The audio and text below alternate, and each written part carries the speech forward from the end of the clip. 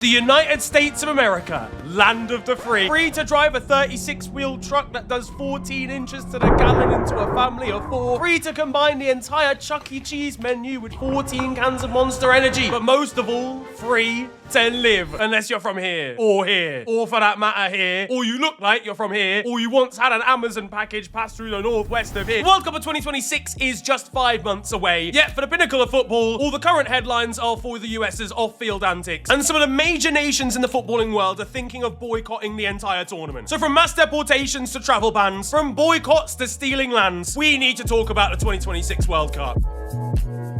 Now, there are many issues in the United States of America at the moment. But we are specifically going to be talking about ones that actually have some relevance to the World Cup and, you know, safety there for fans, safety issues for players as well. Because at the moment, even people who live in America have to deal with potential ICE kidnappings, disproportionate gun crime, American people. And I can imagine it's truly very daunting. Look, we're all anticipating that first game of the tournament. You know, there's that anticipation, that excitement when a World Cup starts. For example, I think all the way back to the 2010 World Cup in South Africa. And we get a rerun of that first game at this tournament as well, South Africa versus Mexico. Though I have a feeling Donald Trump won't actually be too pleased with South Africa when they set up a wall when defending a free kick against this Mexican side. He copied my whole fucking flow! Word for word, bar for bar! I know the Trump administration couldn't believe their eyes when they saw Iran qualify for a World Cup in the United States of America. The man's a narcissist of the highest proportion. I'm expecting him to get substituted on. I'm expecting to see Donald Trump in a pinch with the United States 2-1 down up front and running in behind. Gianni Infantino, I'm sure, in the outcome of that is somewhere already practicing his 360-degree slop,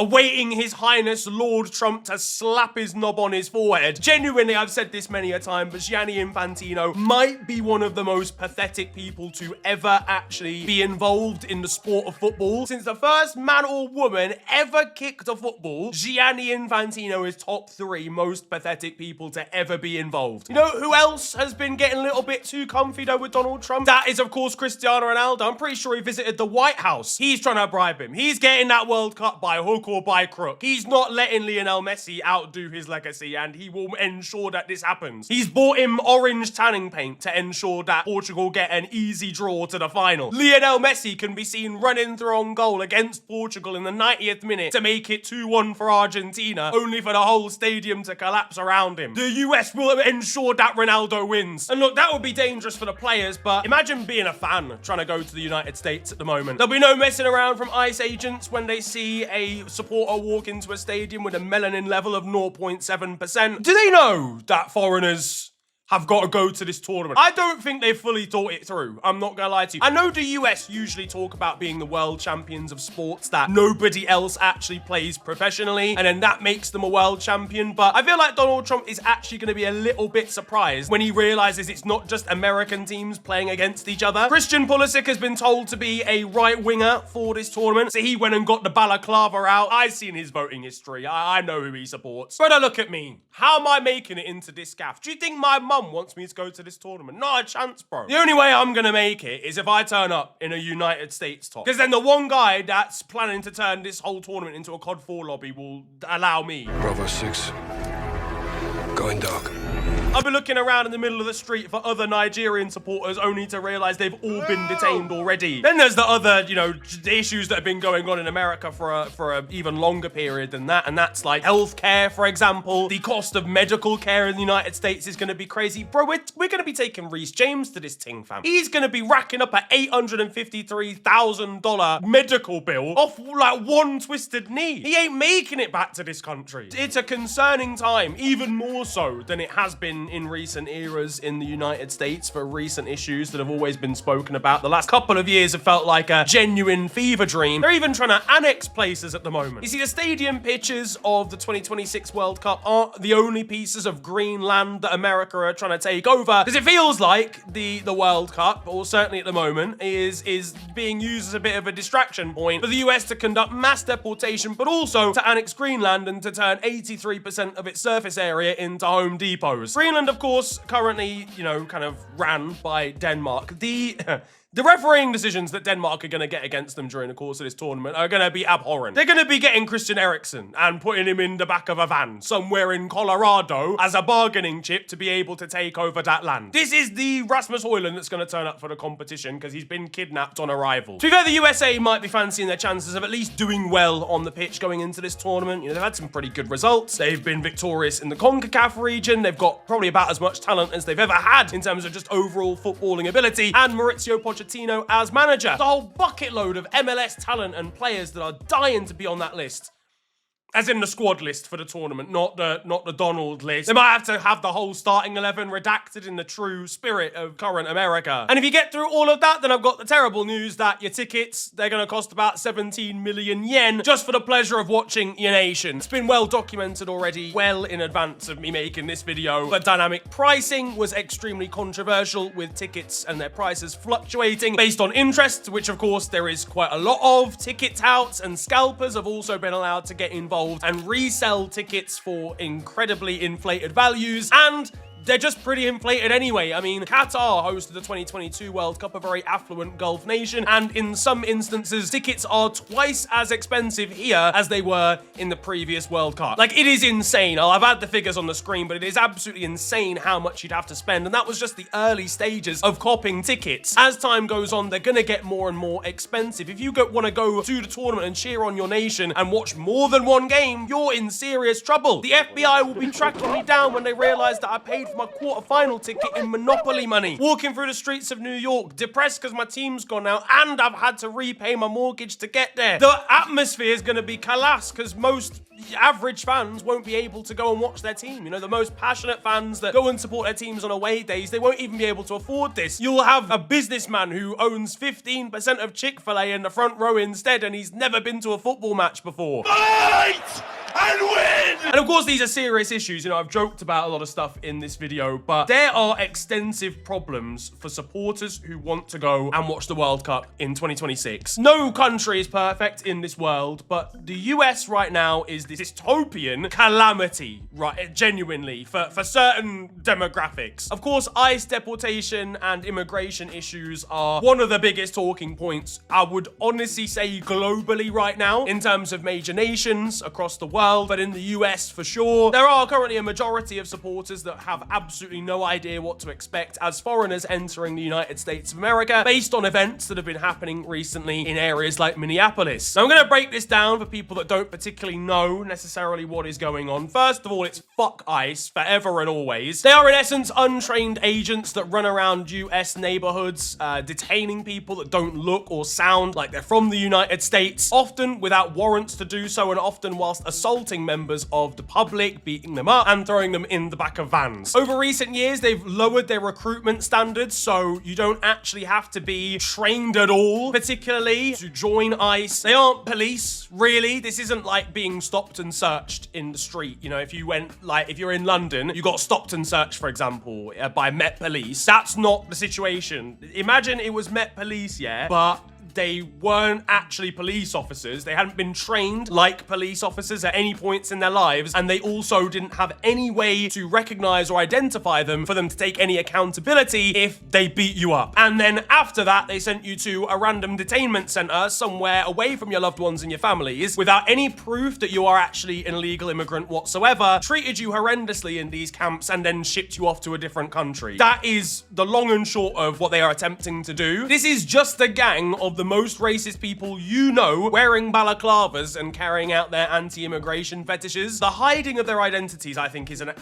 one of the largest issues because, as I said, there's no accountability. A lot of people in America have started filming. They've started, like, ICE observing is what it's called, and they go round and literally follow ICE agents to ensure that they don't beat people up, kill people, and they're always filming to make sure. But again, these guys have covered their faces. Now, I think if you're a police force and you're covering your face and your identity to stop people from being able to see who you are when you do the things that you do, you're probably a pretty corrupt police force or a pretty corrupt method of policing, not a very moral one. If you need to hide your face and hide your identity, then you're doing things that you shouldn't be doing. Unfortunately, it's a chance for a lot of young people to be kind of like a foot soldier in the current MAGA ideology that Donald Trump is trying to broadcast across America. They're not trying to protect and serve like normal police officers. Obviously, there's been issues with the police in America anyway. This is like then another level. And if you want like an actual understanding, it's, you know, I'm saying this like, I'm not just saying, oh, they're deporting people. No, they're doing heinous things. Federal judges have concluded that they are racial profiling. We knew that anyway, right? That's just confirmed yet. But even in recent weeks, in recent months, they detained a 2-year-old child. A 2-year-old kid, they were like, well, he's foreign, so we've got to send him to a detention center. They were ordered to release a 5-year-old child in Minneapolis. No police force anywhere across the world should be detaining 2-year-old children, arresting them, throwing them to the ground, and then putting them in the back of a van. And of course, I'm sure you know about these, but the even bigger stories that sparked a lot of protests across the US were 2 recent deaths of actual American civilians there too. I mean, you know, it's pretty bad when there's a Wikipedia page literally noted as a list of shootings by US immigration agents in the second Trump administration alone, and there's quite a long list of them. The ones that have sparked a lot of protests were right at the start of this year in January, when Renee Good, who was driving her car, was shot and killed by ICE agents whilst just driving. They let into her vehicle and killed her. And then more recently as well, again in Minneapolis in Minnesota, Alex Pretty, who was wrestled to the ground unarmed. He had his he had a gun on him, but of course in America you are allowed to carry a gun. They took that off him, and then whilst he was unarmed, they killed him anyway. It was filmed. Both incidents were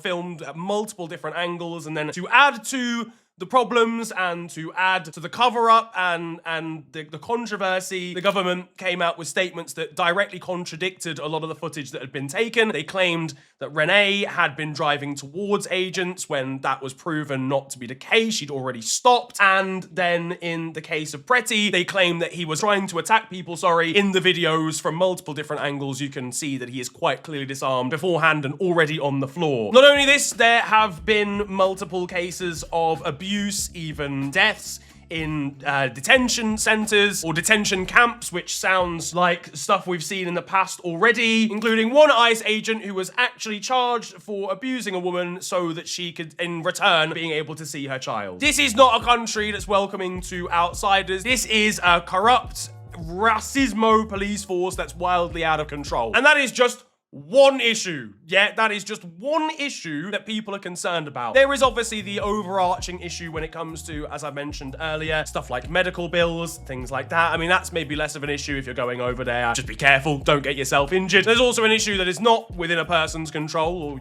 or your own, and that is the issue of gun control and gun violence in America. There's also, when, you know, bringing it back to specifically fans and supporters, there's a long list of fans that legally are not welcome into the country. People, you know, coming from far and wide for this tournament. People coming from the British Islands, from islands like Cape Verde, from Epstein's Island. There are a list of countries where residents are fully banned from even entering the United States. There are like exceptions to this, like special immigrant visas and stuff like that. But the affected countries include places like Afghanistan, Burkina Faso, Libya, Mali, Niger, Sierra Leone, Somalia, Sudan, but also 2 countries that have qualified for this World Cup in the case of Iran and Haiti. There is a genuine chance that players from Iran and Haiti, not even just supporters, can't even attend this tournament. I mean, Iranian, you know, players and sort of officials as well from the FA have talked about boycotting the tournament. Imagine being Haiti, by the way. You just qualified for a World Cup against all the odds out of the CONCACAF region, and will you be able to go and see your team play? Not a chance. It's absolutely wild. There's then other further, like, partial restrictions. These are based on the actual type of visa, and that then includes Cote d'Ivoire, Nigeria, and Senegal, who have also qualified for this tournament. So there's supporters of those 3 nations that aren't going to be able to attend. And then in terms of immigration visas that are suspended, so citizens that are banned from getting like actual visas to be an immigrant in the country. How long have we got? The list is crazy, but in terms of nations that have either qualified or can still qualify, we have got Algeria, Bosnia and Herzegovina, Brazil, I can't remember if Cameroon qualified, but yeah, Cape Verde, Colombia, the Democratic Republic of Congo, Egypt, Ghana, Haiti, Iran, Cote d'Ivoire, Jamaica, Jordan, North Macedonia, Morocco, Nigeria, other nations like Pakistan, Russia, Senegal, Uruguay, and Uzbekistan. And that is probably about 25% of the countries that are actually listed here. Again, this is just if you wanted to actually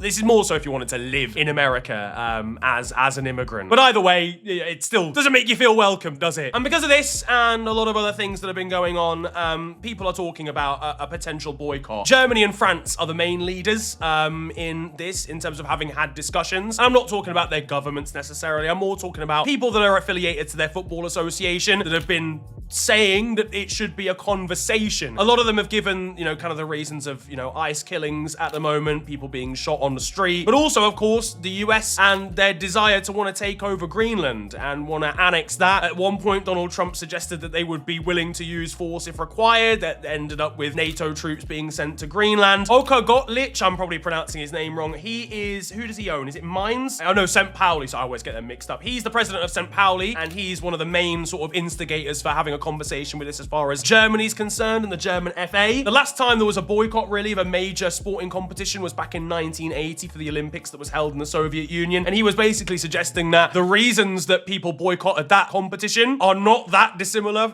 in terms of severity as to what's going on right now. The reality is it's very unlikely to answer the question that might be in the title of this video. It is unlikely that there will be a boycott, or certainly a major one. I think you'll definitely see players protesting like happened at Qatar in 2022 with the likes of Germany. I think you are likely to see that again, but I think a full-scale boycott or boycott of any major severity is unlikely because of how close we are to the tournament now. We got 5 months, and realistically, I'd say at least 4 major nations would need to come together and go, we are not turning up and we are licking down anyone that doesn't agree with us. And it would have to be like major, I'm not even just talking footballing nations, I'm talking global nations would probably have to do that. You know, the US themselves are a powerful nation, whether you like it or not, so it would be difficult. And, you know, there's gonna be people probably in the comment section of this video being like, Darren, why are you talking about this, bruv? Why is everyone getting upset, man? And keep football out of politics. Brother, we crossed that line so long ago. Gianni Infantino gave Donald Trump the FIFA Peace Award. They didn't even have that award in the chamber. He made that one up there and then. He literally made it up for the president of the United States of America. It doesn't get more political than that. He dragged football into politics. There's no discussion anymore about should politics be kept out of sport or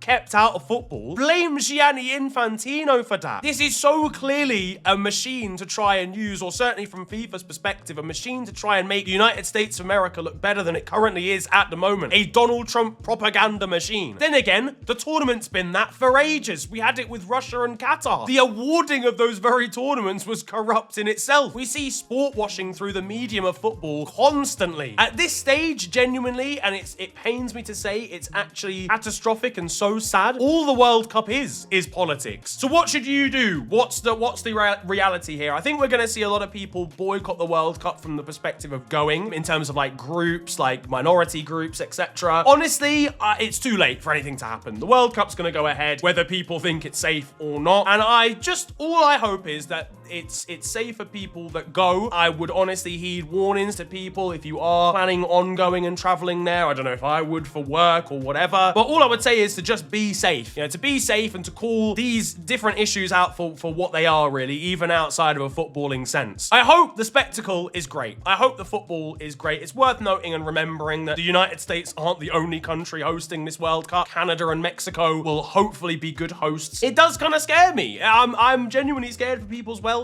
going out there. Either way, everybody, be safe. Yeah, that's really all I can ask of you guys if you are heading out there with your fam and all that jazz. But I want to know what you guys think about the World Cup of 2026, whether it's going to be this catastrophe, whether it's going to be surprisingly okay, kind of like just your thoughts, because there's going to be a lot of discussion and heated discussion probably in the comment section. But yeah, let me know what you think. If you're from America, let me know what you think about what I've said in this video. I'm not fucking anti-America. I'm not fucking anti-Americans. I am anti-ICE and I'm anti some of the bullshit that's been going on over there, and all I hope is that people are safe when they go over to the tournament. But if you have enjoyed this video, slap a like on it, subscribe if you're new to the channel. You can follow me on social media. It is at @theofficialfng on Twitter and on Insta. But it's been a pleasure ranting at you guys today. Have a wonderful day, enjoy yourselves, and goodbye.